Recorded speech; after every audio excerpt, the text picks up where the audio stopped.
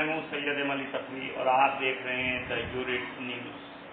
सबसे पहले नजर डालते हैं आज की कुछ खास खबरों।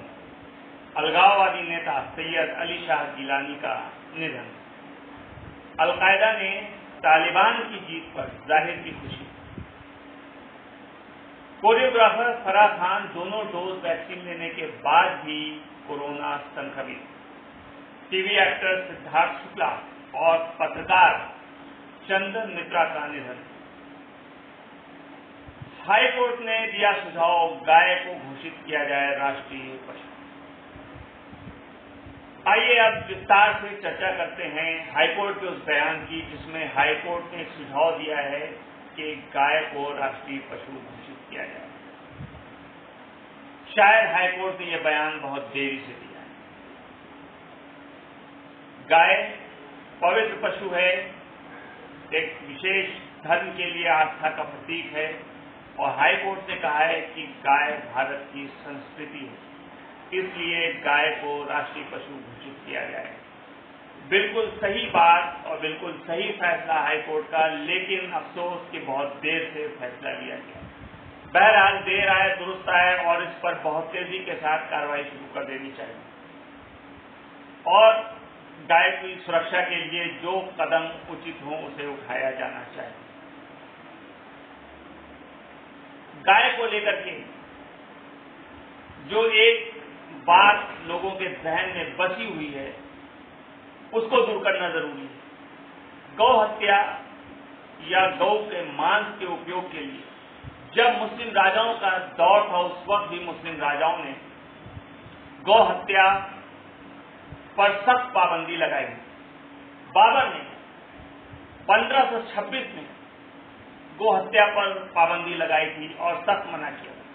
1921 में ख्वाजा हसन निजामी की किताब तर्क कुर्बानी गौ में ये बात लिखी हुई है कि बाबर ने 1526 में गौ हत्या पर पाबंदी लगाई। इसके अलावा 1530 में बादशाह हुमायूं ने भी गौ हत्या पर सख्त रोक लगाई थी और अकबर ने तो 1556 में इसके लिए सजाए मौत का भी ऐलान कर दिया था। इसके अलावा 1605 में मुगल बादशाह जहांगीर ने भी गौ हत्या पर सख्त पाबंदी लगाई थी और शेर मैसूर हैदर अली ने 1761 में इसे दंडनीय अपराध घोषित कर दिया था। यानी मुस्लिम राजाओं के दौर में भी गौ हत्या पर पाबंदी थी। इसके अलावा आज के इस फैसले के बाद देवबंद ने भी इसे सराहनीय फैसला बताया। ऑल इंडिया शिया पर्सनल लॉ बोर्ड के प्रवक्ता मौलाना डॉक्टर यासूब अब्बास ने भी इसे सही फैसला बताया। लेकिन हाईकोर्ट ने कहा कि गो मांस खाना किसी का मौलिक अधिकार नहीं है। उन्होंने कहा कि जीभ जबान के स्वाद के लिए आप किसी की जान नहीं ले सकते। बिल्कुल सही बात। सिर्फ जबान के स्वाद बदलने के लिए आप किसी की जान नहीं ले सकते हैं, क्योंकि हाईकोर्ट ने कहा कि ये कृषि के लिए बहुत ज्यादा उपयोगी है। उसके अलावा हाईकोर्ट ने यह भी बताया कि 29 राज्यों में से 24 राज्यों में गौ पर प्रतिबंध लगा हुआ है, यानी गौ हत्या पर प्रतिबंध है, यानी आप गौ की हत्या नहीं कर सकते हैं। बिल्कुल सही है।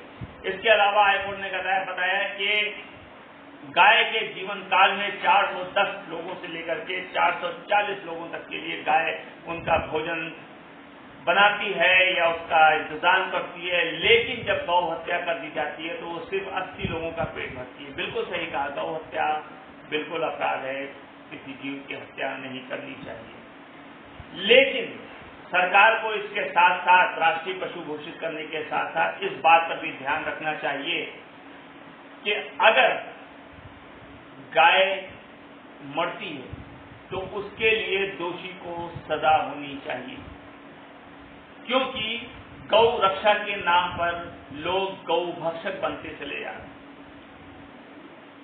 जितने इस तरीके से स्लॉटर हाउस हैं उनको ईमानदारी के साथ उसकी जांच करनी चाहिए और जितने स्लॉटर हाउस ऐसे हैं जो एक्सपोर्ट करते हैं उसको तुरंत बंद कर देना चाहिए। इसके अलावा गौ की रक्षा के लिए जो जगह जगह गौपालन हो रहा है, उसके जो जिम्मेदार लोग हैं, अगर उनके पास रहते हुए गाय की मौत होती है तो उनके लिए भी सजा का प्रावधान होना चाहिए। यानी अगर कोई गाय को पकड़ता है, कोई गाय को मांस के लिए काटता है, तो वो भी सजा का हकदार हो। और जो गाय को पालने के नाम पे गाय का शोषण करता है, उसको अन्न और जल न देता है, वो हड्डी और फसलियों में दिखाई देती है और मर जाती है, उनके लिए भी वही सजा का प्रावधान हो जो गौ हत्या के लिए। और इसके अलावा सरकार को तो ये चाहिए कि हर शहर में जगह जगह गौ सुरक्षा के लिए जगह बना दी जाए, ताकि गाय की हिफाजत हो, क्योंकि गाय की हिफाजत भारतीय संस्कृति की हिफाजत है। और हाईकोर्ट ने कहा भी है कि जब तक गाय की हिफाजत नहीं होगी तब तक देश तरक्की नहीं कर सकेगा।